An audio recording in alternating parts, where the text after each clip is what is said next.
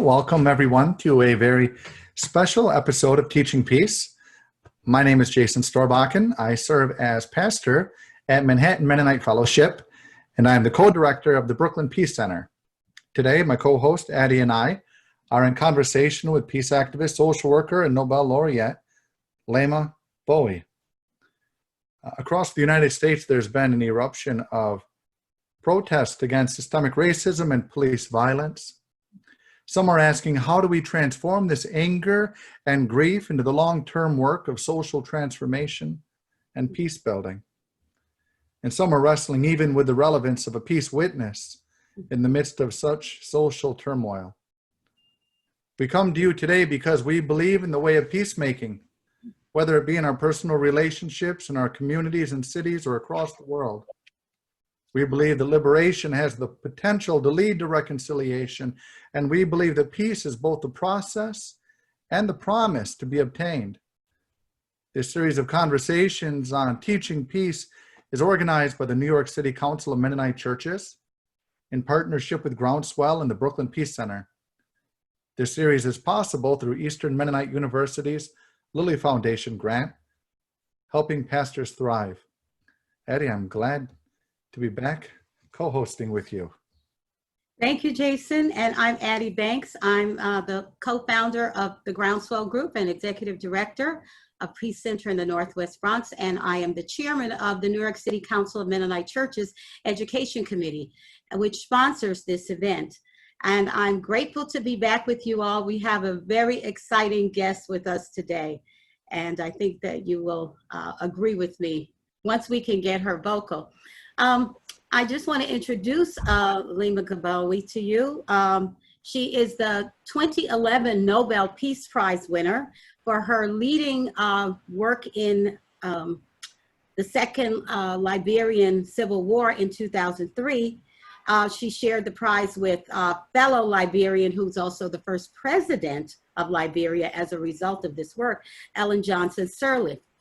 And she is the founder of Gbowee Peace Foundation, and we keep saying her name wrong. Her name is really Gbowee Peace Foundation Africa in Monrovia, Liberia, and also Gbowee Peace Foundation Africa USA in New York City, sponsored with Columbia University. Her leadership in this Women's Liberia Mass Action for Peace brought together both Christian and Muslim women in a nonviolent movement that was a pivotal role, that had a pivotal role in ending the 2003 Civil War. And that is chronicled in her memoir, Mighty Be Our Powers, and also in the award-winning documentary, Pray the Devil Back to Hell. She holds an MA in Conflict Transformation from our own Eastern Mennonite University Center for Justice and Peace Building. And she currently serves as the director of the Women, Peace and Security Program at Columbia University's Earth Institute. We hope to be welcoming Leymah Gbowee in a split second. Thank you. Can you all hear me? Oh, yes, finally. Wow. Welcome. We're so grateful to have you.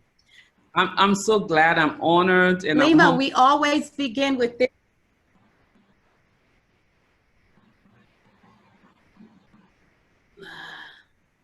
Go ahead. Go ahead. I wasn't saying anything. You were. So I was just saying thank you for having me on. Thank you all so much. And thank you for working with Diana to make this happen. Yes. We are overjoyed to have you. Thank you so much for taking time out of your busy schedule today. We know what it means to take an hour out of the day. So we always begin with this question. How do you define peace? Well, I recently, not recently, for a long time, I realized that peace is equated to human dignity. Peace is not just the absence of war. Peace is the presence of every condition that makes everyone feel valued and validated and feel like they can achieve what God sent them on this earth to do. So it's just not the absence of war. It's the presence of every condition that makes everyone feel valuable in a society. Amen. Thank you, Leymah. It's powerful. Yeah, Leymah, thank you for being with us today. And thank you so much for Dinah for helping to coordinate all of this as well. It was wonderful. Dinah is awesome. Thank you. Yeah, I can tell. I've experienced her awesomeness. Liberia has a fascinating history, very unique. It was settled as a colony in 1822 by freed and freeborn Black Americans. And I'm curious as to how that history has impacted or contributed to today's challenges to peace in Liberia. Well, one of the things that, Liberia is a country that I always say is a country of double standards because our history is wrong. The nation started from a very wrong footing, meaning the history of Liberia say Liberia was founded in 1921 by free slaves from America. And that leaves out the indigenous people, people who were on the ground, who welcomed the free slaves, who gave them some of the prime land. That's the first thing. The second thing was that there are many people who came, some came to continue the life that their ancestors left back to become friends. Others came, sadly, because all they knew was the slave master mentality. So a lot of the first group of free slaves that came were mixed children, like a master and his mistress. So they were looking for home for the mulatto children. I don't know if it's even appropriate to use that word anymore, but those were the people that came. And so when they came to Liberia, what they did was really do exactly what happened to the indigenous people, what had happened to them on the plantation.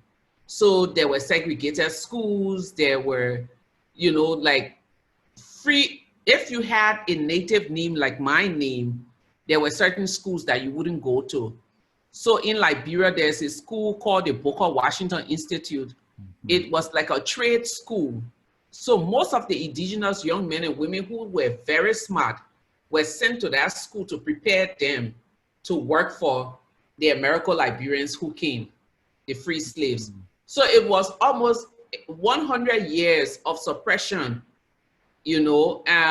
one of the things that Liberia gained her independence in 1847, it was not until 1952, 51, that free slaves, that indigenous property owners were allowed to vote. Wow. So, so when 1980 coup happened, it was people protesting the suppression from the class system of the Americo-Liberians who came, who had ruled our country and had treated the people like second-class citizens. And then once that coup came in 1980, that was the first time an indigenous president took over.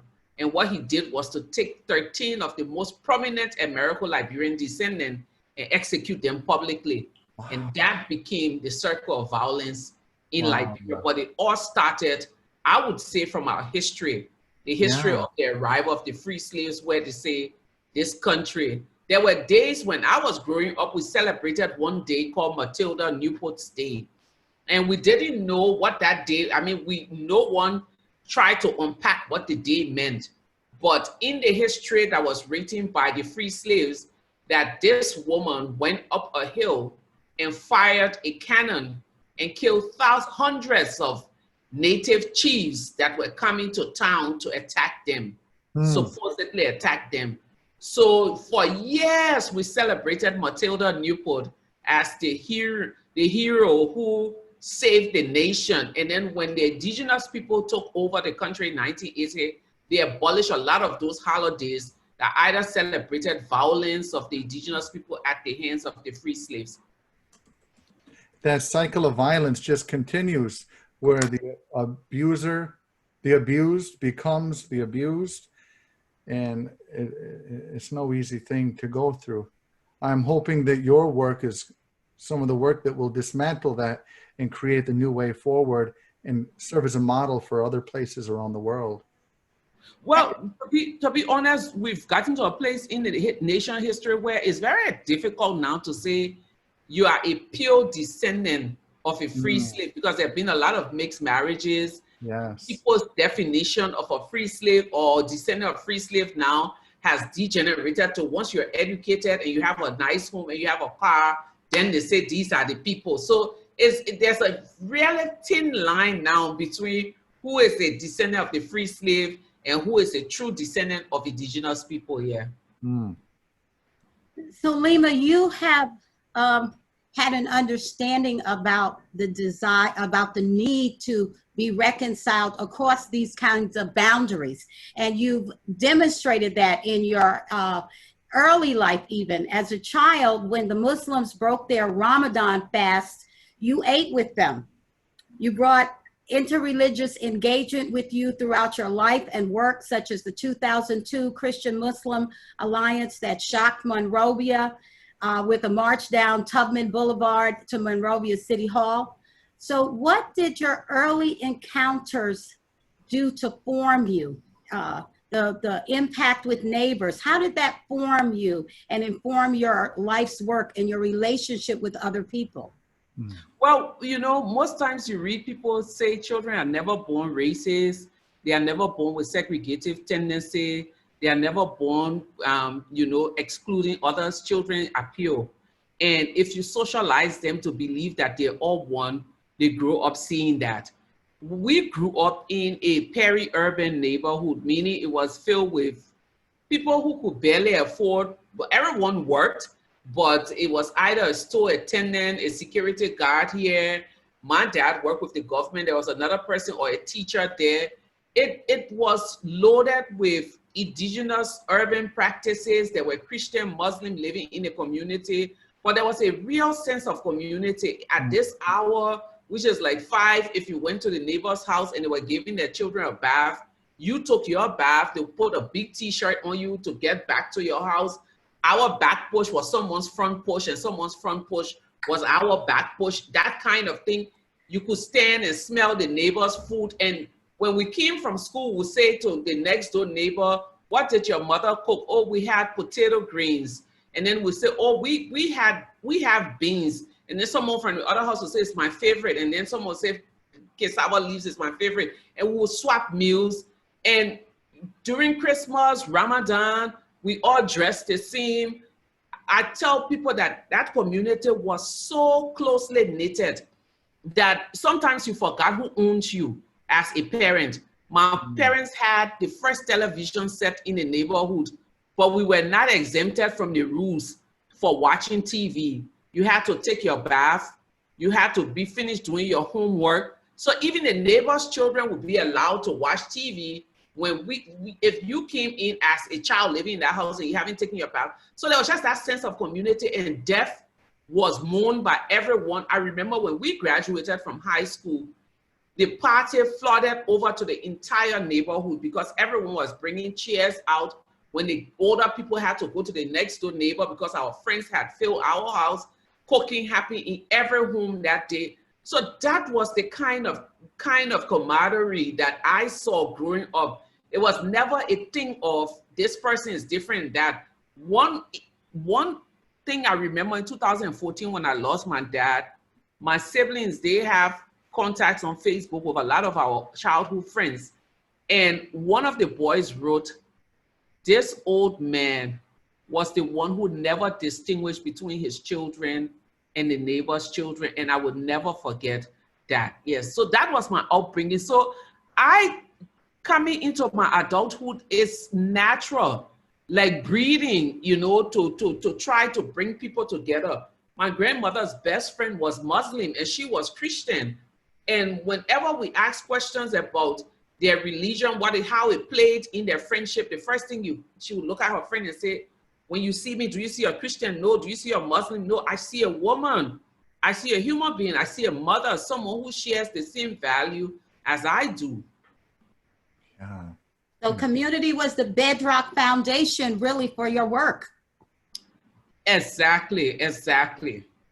I tell people that even if you put me in the most, I would say, segregated place in the world, I would still find a way to build a community. I went to EMU, and my first week at EMU, going to grad school, I met two Africans, and we started having a conversation. They were telling me how they were suffering because they couldn't have the vegetable salad and all of the different things. So I told them, I'm coming to your apartment on Saturday morning. Saturday morning, I went loaded with chicken, tomatoes, pepper, onion, plantain, and they were looking at me like, I said, I'm here to teach you guys how to cook so that you don't die of starvation here. Well, it was a lost case. They would not learn to cook. So what I did the entire time that I was at EMU, my tiny apartment always had African food on the stove. I would cook and leave it there in the rules. Everyone knew where to find my key under the flower pot. They would take it, go in, cut their meal, eat. And then on Friday evenings, people would just gather, whether from Israel, Palestine. One student there who came from Indonesia used to call me the mother of peace. But that was the place where we gather. So it's natural, like breathing, you know. Once you have been socialized to do that, it's very difficult to take it away from you. Yeah. This is why I always feel like you're my sister and I had never met you. It's not like meeting a stranger. Well, because I don't think humanity should even consider anyone as strangers. You know, recently with all of this that has been happening in the US, and I'm sure you all want to talk about it, someone asked me a question and I said, well, you can bleach your skin. You know, it's easy to go to some place and say, I want a tan to be darker, or I want a bleach to be lighter. You can change your hair texture. You can do different things. But the one thing that I haven't seen humans being able to do is to change the color of their blood. And I think the divine who made all of us was very deliberate in his wisdom or her wisdom of creating humans to say, I'm going to put something in all of you that you share, that no one can say, I'm different because my blood, if you cut a white, black, brown, cream, whatever color human being, the blood comes out crimson red. And the way I see it is that that crimson red is a reminder that we are one. That is our humanity. Yeah. Amen. Amen. That faith is an important part of your journey, having gone to Eastern Mennonite University, growing up near St. Peter's Church, even being an acolyte, and that church then serving as a literal sanctuary for you for a season. While I was reading your memoir, Mighty Be Our Powers, you described how in the early days of the Civil War, how it affected your faith. And you wrote, we pray and nothing changes. No one can save us because no one is in control. Pieces of me were being stripped away, replaced by anger. I stopped talking to God. I feel like a lot of what you're saying there is resonating with people today who are trying to be peace Christians, so angry with police violence and systemic racism.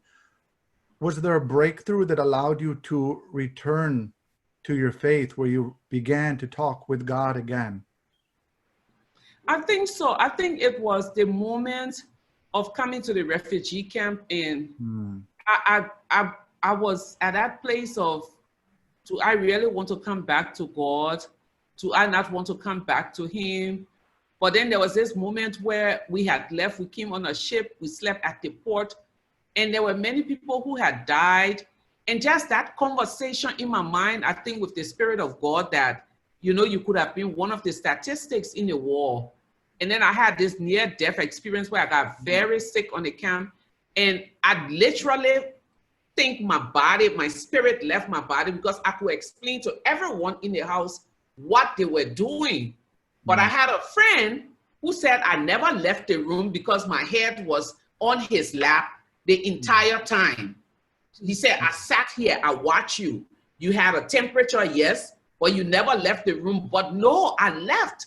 I could tell everyone what they were doing outside, but this person continued to pray for me and pray for me and pray for me. And so after that moment, it's almost like gradually telling myself, if I can't go back to God, then who? Because man has failed in everything, the guns, the bombs, the injustices that we've seen. So let me go back because again, I was destroying myself. That anger was making me sick. It was making me not to think rationally. Because again, at that point in time, I never really knew how to channel my anger. I didn't know that anger was a good thing or that anger was neither bad nor good. It is our expression of it that is either bad or good, or our expression of it that makes us either a hero or a villain. So coming back slowly to God, it was a gradual process. It wasn't like one morning I woke up and started praying and speaking in tongues. It took a long time, but it took music, songs, gospel songs to bring me closer to him, just listening to songs. And just out of boredom, I joined the choir on the refugee camp, and the songs really spoke to me. I'm not a great singer, but I was just following. I just wanted to be doing something. And when I found my faith, I went back. At one point, I wasn't wholly in the things of God, like they would say. But then I think that moment is when he put his mark on me. And I feel like forever now I'm in his service. And every time he speaks, I would say something quickly and then I allow you all to speak. When I won the Nobel Peace Prize, I went to New York to speak. And I was in this room with a lot of people, over 300 people listening to me speak. But my eyes went on this one girl and she kept looking, and then I kept asking myself, am I saying something that is... Anyway, at the end of the program, people came, were taking pictures, and I noticed her standing in a corner. And she said, so I said, do you want to see me? You want a picture? And she said, no, I need to talk to you. So we went in on the side, and she said, the Lord asked me. I almost fainted, because if it was Liberia, I would say yes, because people in Africa always hear from the Lord. But New York, And she said to me, the Lord asked me to tell you to use your faith as the foundation of everything you do in this season in your life. He says to tell you that your social network will shrink, but don't worry, he got you. Wow. And then I asked this little girl, this young lady, do you want to have a picture of me? And she said no, and walk away. In a few months, my social network began to shrink. It shrunk so badly, but as sad as I was very grateful. So when I talk about his hands being on me or his mark being on me, from that moment in the refugee camp till today, I think that is true. Wow. That's that is so powerful. So our circumstances often shape the depth of our call. You found yourself at Eastern Mennonite University, and you became a volunteer in the trauma healing program. I love when you spoke about not being identified by our traumas, not coming forward with our rapes, not coming forward with our abuse, but coming forth with the call. So as you state in your book, Mighty Be the Powers, that you discovered what it meant to be a peacemaker. I think you were already doing this, but that journey deepened for you when you went to EMU. And you say that peace building to me isn't ending a fight by standing between two opposing forces. It's the healing those victimized by war, making them strong again, bringing them back to the people they once were. It's helping victimizers rediscover their humanity so they can once again become productive members of their communities. Peace building is teaching people that resolving conflict can be done without picking up a gun. It's repairing societies in which the guns have been used and not only making them whole, but better. What's the role of peacemaking in restoring a people and a nation when on the other side of conflict and violence? Well, you see, I've struggled with, not struggled, but I've come to recognize that, come back from my socialization, we all hold very different kinds of stereotypes and perceptions about the other. And when I say the other, it can be Jason, because on the basis of the color of his skin, which is not right. Or it can be you on the basis of where you come from, or it can be me on the basis of my Africanness, you know. And so everyone holds different kinds of perception of people. And every time we act on it, we build a thin wall between us and that person. And over time, the more we act on our perceptions and our stereotypes, the thicker the wall becomes. And when I'm in a classroom setting, I take different glasses from different young people and keep piling it over my glasses. And if you begin first, you're looking like this, I see you clearly. And then I put a thin wall, something is distorted. Then I add another one, something is distorted. Eventually, you become not human to me because I've really reinforced this over and over. So eventually when I look at you, I'm looking at the subject of my stereotype. So what is peacemaking in that moment? If someone comes to me and say, Leymah, you need to build peace, or you need to make peace between these two people, you know, the first thing, so you need to make peace between Jason and Addie. One of the things that I would say at that moment is that this is the moment for them to begin to peel away the layers of walls so that they begin to see humans and not the objects and subjects of the stereotype. Let me break it down further. Over time in Liberia, we created an image of between Native and American Liberians to the point that it was easy for those who took over in 1980 to execute 13 men, because they weren't killing 13 prominent men. They were killing the subject and objects of their stereotypes, suppression, corrupt people, thieves, criminals, whatever you want to call it. In Rwanda, 1 month, 800,000 people. These people were not killing humans. They were killing the objects and subjects of their stereotype. Let's bring it home to America. How do you make peace between the races in America? It's a long conversation that must happen. Everyone needs to begin to peel back that layer of, so when that man kneeled on George Floyd's neck, he wasn't kneeling on a human's neck. He was kneeling on the object and subject of his stereotype. So peacemaking in our world today is bringing parties together and really tearing down all of the walls through dialogue, so that at the end of the day, we begin to see each other as humans and not as we perceive each other to be. I learned it the hard way working with ex-child soldiers. I could not stand them. I didn't think that they had anything good in them. But eventually, over time, engaging with them, going into their space, it became very easy for me to say, I see a 9-year-old boy arrested in his 15-year-old, because that was the moment when he first held gun and killed. So he never grew up. So I had to begin to take it from there to get to that point. So peacemaking is a very difficult thing. To make war is very easy. To destroy and tear down, it takes 1 second.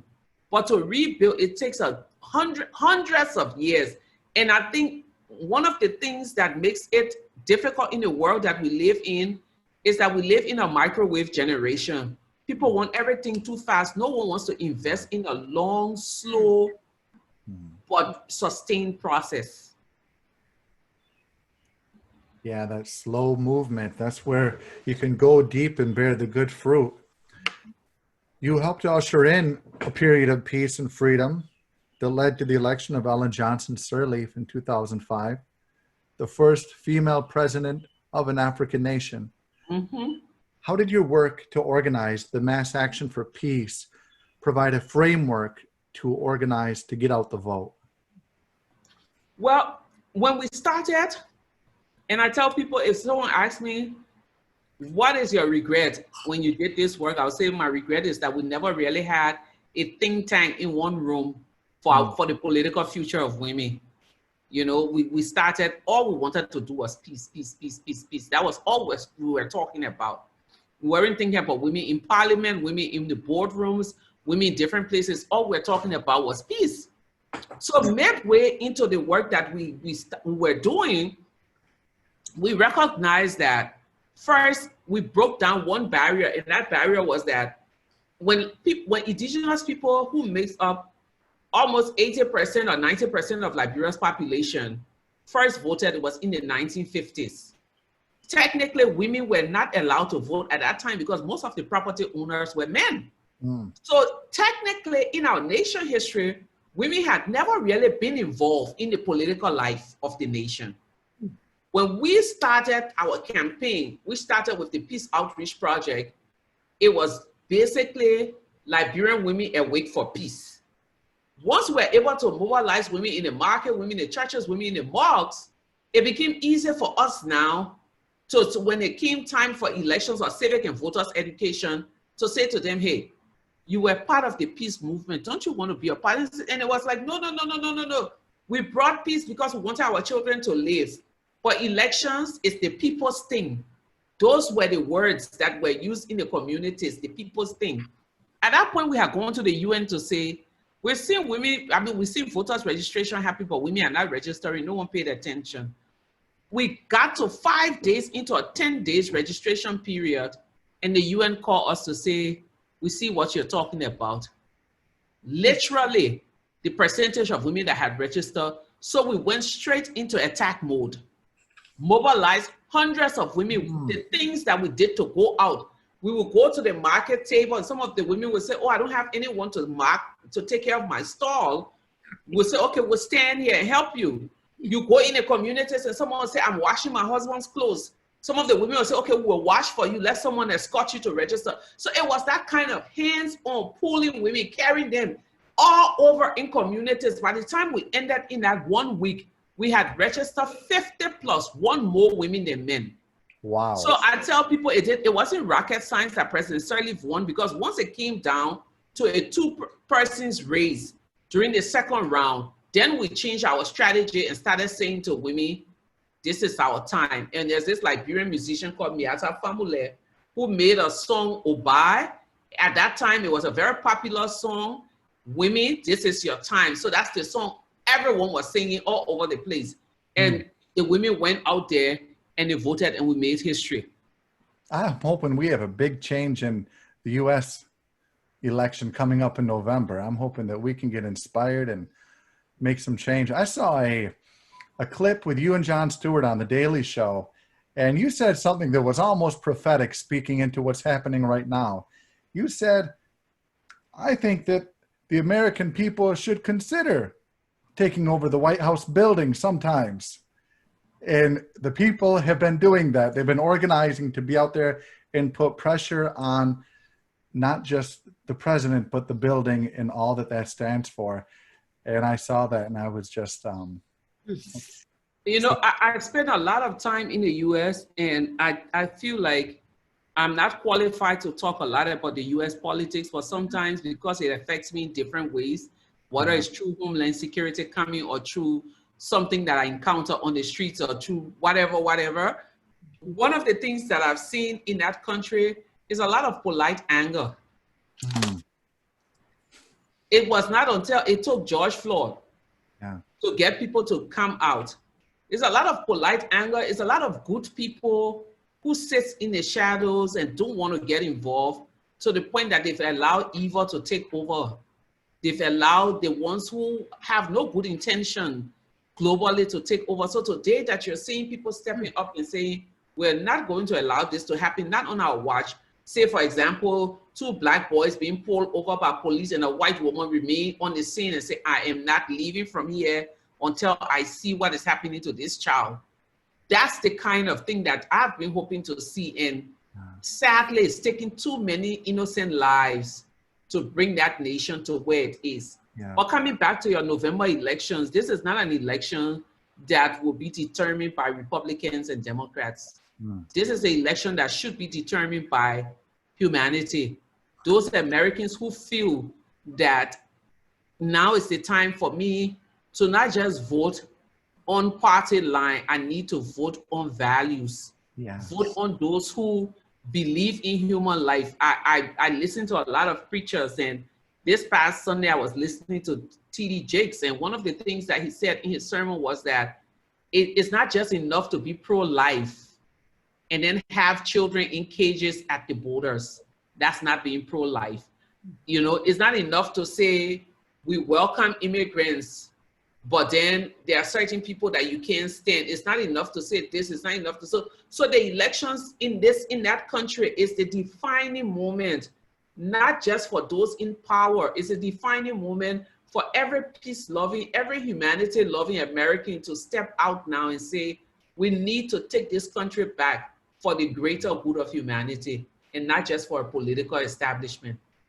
Leymah, one of the things that you did was really be on the ground. That week, in 5 days, you registered 7,000 women simply by going to them and saying, we'll stay at your market stall while you're out. We'll babysit your kids. So you're really inviting us to really get engaged, like what you started out with. Your back porch is my front porch. You're really saying we're going to have to get beyond our confines and our boundaries and really go face to face. You've been at tables that you know you wouldn't be at when you were given 1 minute to speak, but you kept on walking. And you said constructively interfering in everything is how we're doing this. So you're inviting us to constructively interfere in everything. And let me just say something. That 7,500 was just one group of us in one tiny part of the country, while you had another group of women in every other part of the country. Hands-on engagement. Social media is not going to do it for you. Sitting in your comfortable home is not going to do it for you. Knocking on doors, going out to people and saying, this is about the image of our nation. This is about the future of our children. This is about the generation unborn. If you love God, if you say you love him, if you love humanity, it's time to step out and do what you need to do. And you see, most times you say to yourself, oh, I only have 10 minutes, or someone will say, we give you 1 minute. We had a situation once where we were going to intervene in the Ivorian crisis. This was the first time in the history of the economic community of West African states, heads of state meeting, president's meeting, where they were allowing women in civil society to go and speak. And they said they were giving us 3 minutes to speak. We got in there, blew them away, and we spoke for almost 30 minutes to an hour. So it's about being really, really committed to your cause and not looking for numbers. It is not about numbers. It's about your commitment to that change. And for those of us who believe in God, I believe that once you start something that has been assigned to you by God, he has a way of making it work. When everyone thinks it's going to fail, God has a way. Yes. Leymah, you used a phrase from Harriet Tubman that you said jumped up out of the page right into your face. A phrase where Harriet talks about walking for freedom, not getting tired, staying in. The work for freedom is not for a lazy person. It's not for a generation that wants things to happen quickly. Yes, we were able to elect Africa's first female president, but it took almost 2.5 years of protest. Even when the war ended, we didn't know what was enshrined in the peace agreement because the document was too bulky. We had to sit in a room and kind of like demystify, simplify it for the average woman to see. And then we also had to go back to the communities to say to these women, hey, this is so happy at this point. We had to go back and engage the boys with the guns to say, put it down. So it's a hard work. It's a hard, tedious work. Some days I tell people, when people ask me about the work that we did in Liberia, I say, we suffered. We worked very, very hard. There were days that we were coming from out of town, our cars broke down, and we slept on the side of the road. There were days that we were all perched up in someone's living room on the floor. You know, there were days that it wasn't about us. It was about the transformation of that nation. And we needed it to happen at that point in time. Is Liberia perfect today? No. But there's this understanding that no matter how bad it gets, I doubt if military solution will ever be the way, because no one is looking for us to go back to war again. And I think the women set that up very well. Amen. That leads to the next question. You, as part of Trauma Healing and Reconciliation Program, you help to run workshops for the country's security personnel, from the police force and immigration and customs officials. Right now in the States, there are movements to address police violence and systemic racism through legislative reform, but also through working to defund the police systems and reallocate those resources for social programs, youth programs, and other such programs that support the community. In the US, many communities, namely the African American community, Black Americans, have been decimated by racist systems. How do we bridge the personal healing with the social transformation, which I think is a lot of the work you did at THRP? So when we started the work with THRP, one of the things that we recognized as we're going to communities, first it was just trauma healing for the community members. And then community people started saying to us, okay, you come, you work with us. We get to that place where we feel like, okay, we can start our lives all over. And then the security people come and they assault us, abuse us, and do whatever. And we go back to square one. If you really want to do this work, bring the security people into the room with us. Let us all sit and begin to have a conversation. So the way it started was that way. So what we'll do is work with community people, work with security people, and then bring all of them into the room. Eventually it got to the place where we started having a group of security people calling themselves the National Security Network for Peace.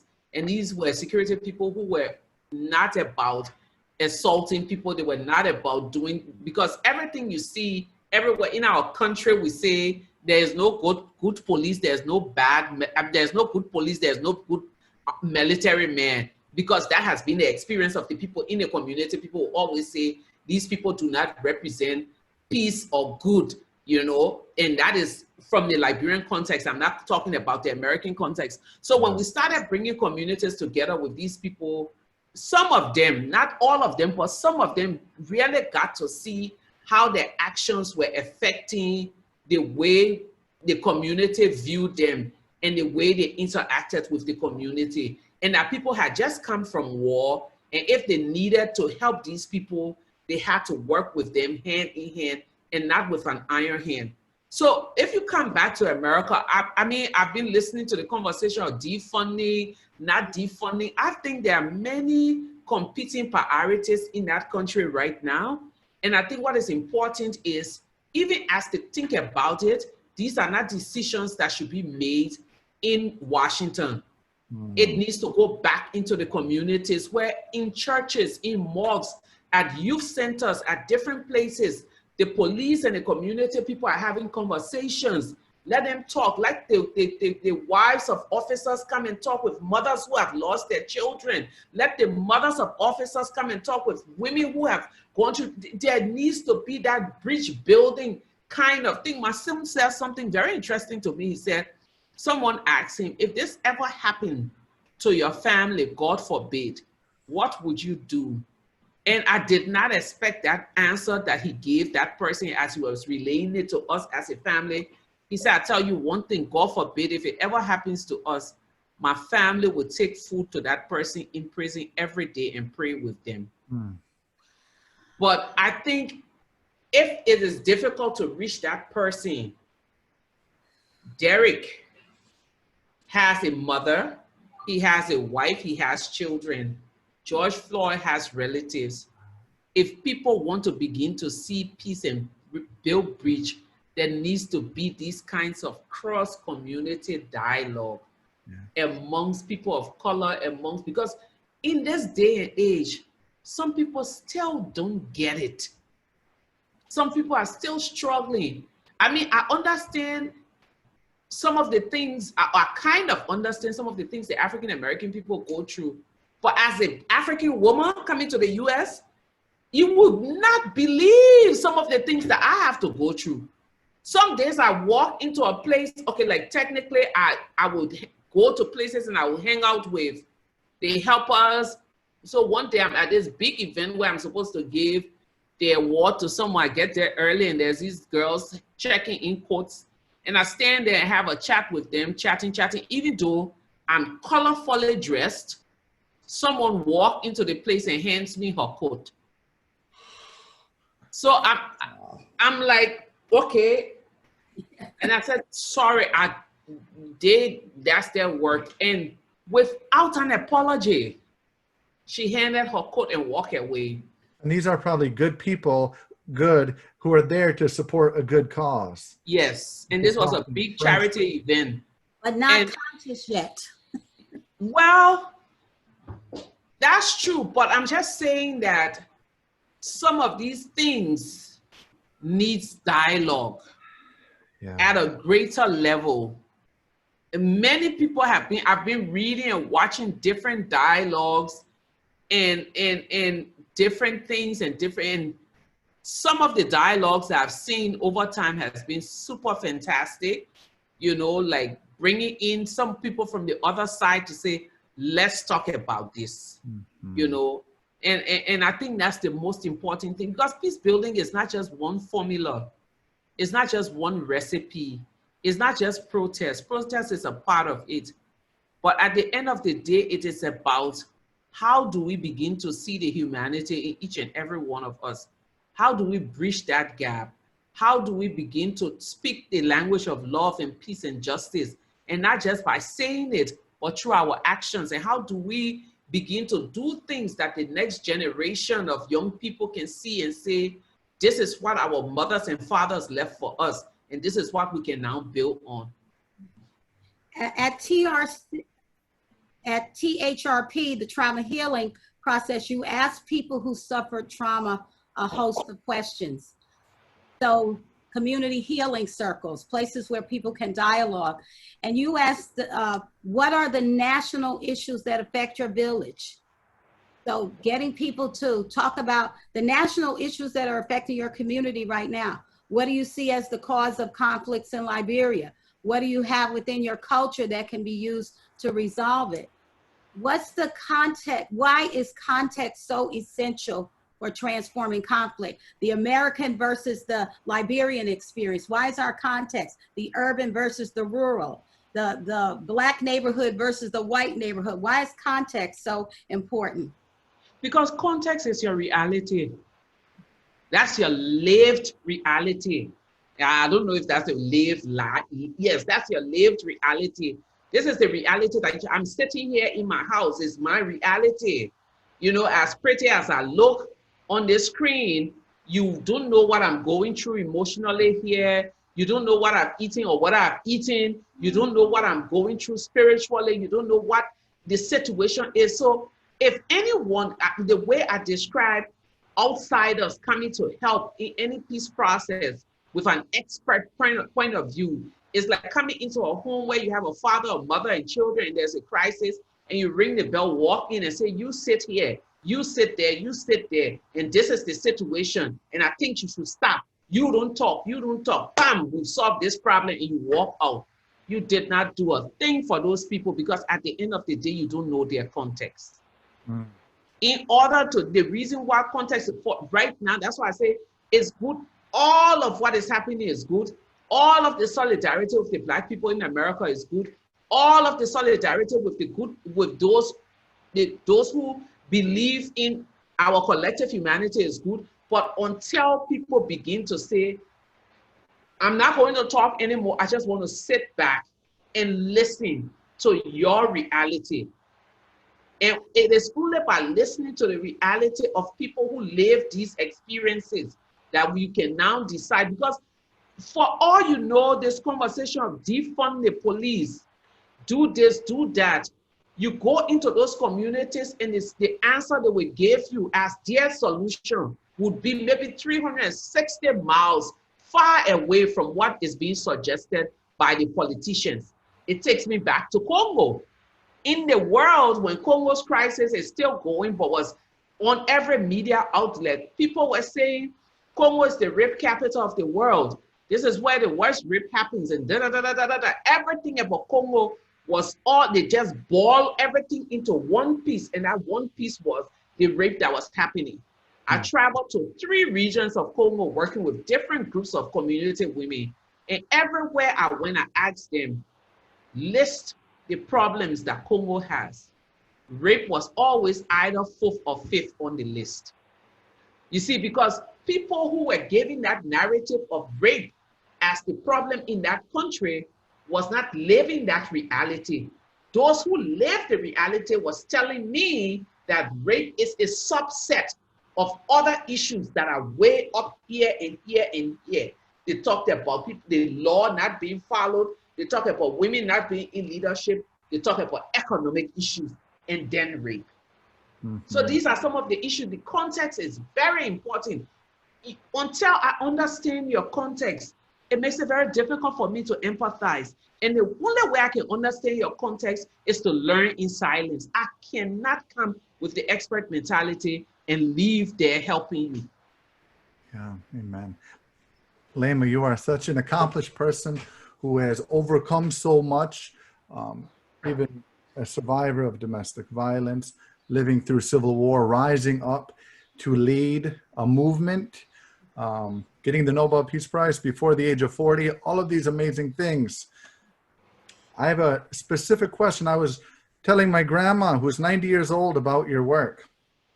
And she was asking about some of the more sensational parts, such as the stories of the sex strike and the time you threatened security by taking your clothes off when they wanted to arrest you.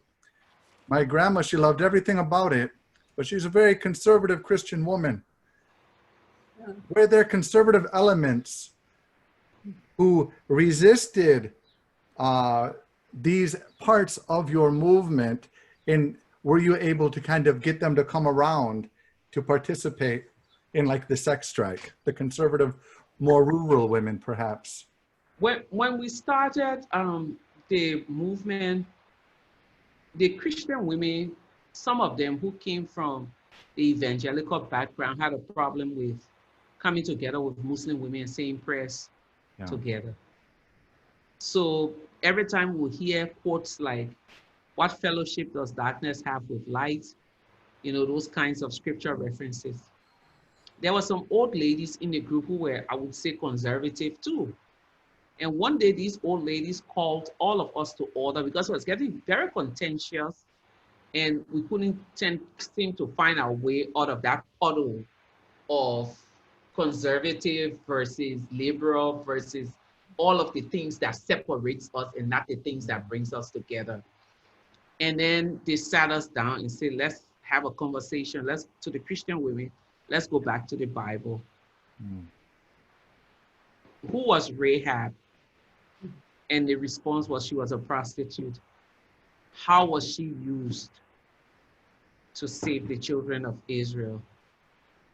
Who was this person? So it went on and on and on and on and say, these women were saying to them that this God that we all pray to always would take the foolish things of the world to confront the wise. And if you can't stay because you don't want to pray with the Muslim women, leave.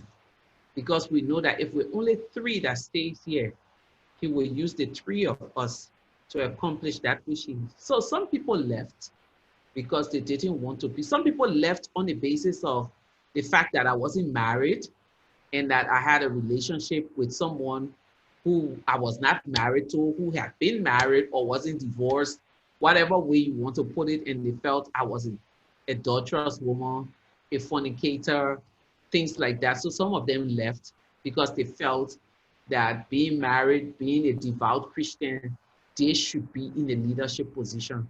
But these old ladies who were the ones who were leading the prayers and the anointing on a weekly basis were saying, no, go back to your Bible and read. Every person that God has used, except for Jesus, had a flaw.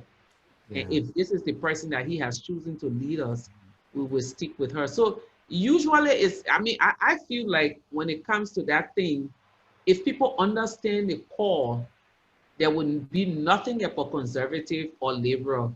It would be about following the call that God has called all of us to do. Leymah, as a young woman, you were in an abusive relationship, and you tell the story about hiding in the bathroom from your husband. And you say that in that moment you had a divine encounter that your Bible fell open to Isaiah chapter 54, and these words came before your eyes. For the Lord has called thee as a woman forsaken and grieved in spirit. O thou afflicted, tossed and tempted, and not comforted. Behold, I will lay thy stones with fair colors and lay thy foundations with sapphires. You came back to this passage of scripture again and again for over a decade during the struggle for peace in Liberia. What have these stones of fair colors and foundations of sapphires come to mean for your life and work today? Well, I don't even look at the stones, Addie. What I look at is that when over the last few years has been enlarging the place of your tent. And what I have seen is the number of young people that I've been mentoring and sponsoring through university as a result of my foundation. You know, and every one of them come to me like my children. Recently, about 5 years ago, we adopted another child. And then recently, last year, I got another son. I went to a drug den, and there was this young man who was not part of the conversation, but as I was about to leave, he walked over to me and said, I need you to get me out of here. I don't know how I got here. I don't know, but I just need help. Help me. And for almost a year now, we've been working. He's gone back to school. He's been clean for almost 10 months. I've been praying for him. Yesterday, I was talking to a friend and she said, don't worry, he's okay, because we've been very anxious. But that's my child. But beyond that young man, there are other people, many children. My daughters will bring their college buddies home. They've now turned to my children, Nigerians, Ghanaians, Indians, different group of people. So everywhere I go, and every time I see that when it says enlarge the place of your tent, I feel like it's okay, one more child is coming home. The stones and all of the different things, I think it's just all of the colorful blessings that God sent my way. In a few days, they would name me on a very prestigious board. And when the people called to say that they had chosen me to be a trustee, I said, why me? And then when I went into my time of prayer, the Spirit of God ministered to me that when you pray, you ask for uncommon and unprecedented favor. And when God granted, now you're asking questions. But that uncommon and unprecedented favor, I feel, is the colorful stones. Because sometimes my name is called in places that, in February of this year, I went to Saudi Arabia to present at a conference about women's rights. And every other conference attendee, there were 2, 3 people. I was the only one that was giving the stage alone. In those moments, I see it as the colorful stones, the gems, God using me in those moments to either shine a light on an issue.